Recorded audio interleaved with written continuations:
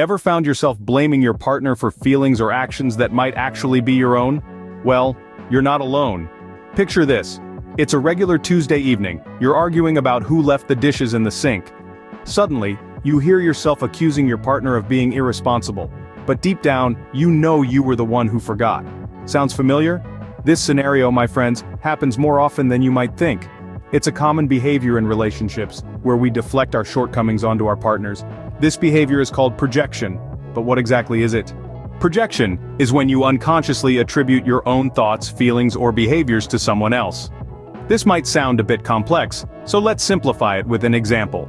Imagine you're feeling a tad bit jealous because your partner is spending more time with their friends than with you. Instead of acknowledging your jealousy, you accuse your partner of being the one who's jealous. That, my friends, is projection. Now, why do people project? It's a coping strategy, really. It's easier to pin your feelings on someone else than to deal with them head-on. It's a defense mechanism that helps to maintain your self-esteem, keeping your ego safe from any uncomfortable emotions that might be bubbling up. Think about a time when you were really mad about something, but instead of expressing your anger, you accused someone else of being angry. Or maybe there was a time when you felt insecure about a certain aspect of your life, but instead of addressing that insecurity, you pointed it out in someone else.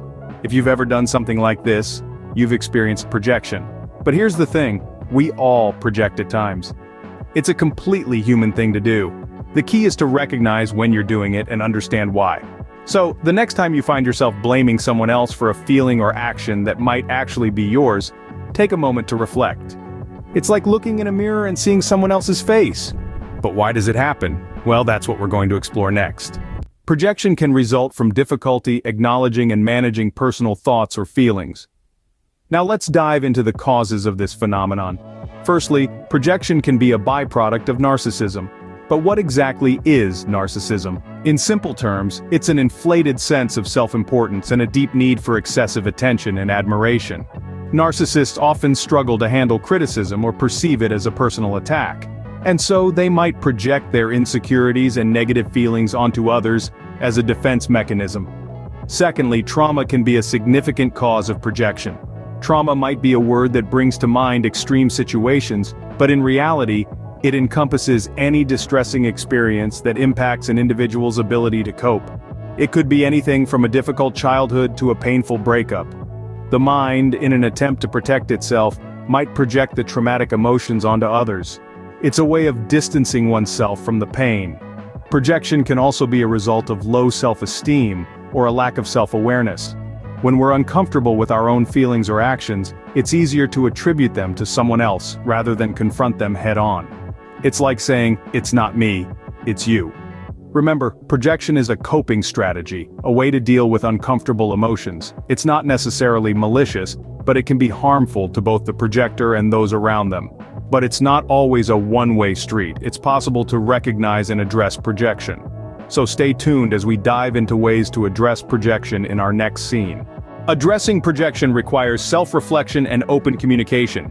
It's time to take a good look in the mirror. Self-reflection is a crucial first step. It's about owning up to our thoughts, feelings, or behaviors that we might be unconsciously attributing to others. It's about asking ourselves, am I really upset because of what they did, or is it because of how I'm reacting? Communication is equally important. It's about having those tough conversations, openly and honestly, expressing our feelings. It's about saying, hey, I think I might be unfairly projecting my feelings onto you, and I'm sorry. Remember, it's not about blame, but understanding. Sometimes, we might need a little extra help, and that's okay. Seeking professional support such as a therapist or counselor can provide valuable insights and coping strategies. They can help us navigate our emotions and guide us towards healthier ways of dealing with them. Battling projection is not a one-day affair. It's a journey, one that requires patience, understanding, and a whole lot of self-love. It's about breaking down walls, one brick at a time, and rebuilding them into bridges of understanding and empathy. Remember, it's not always easy to see our own projections, but with understanding and patience, it's possible to break the cycle.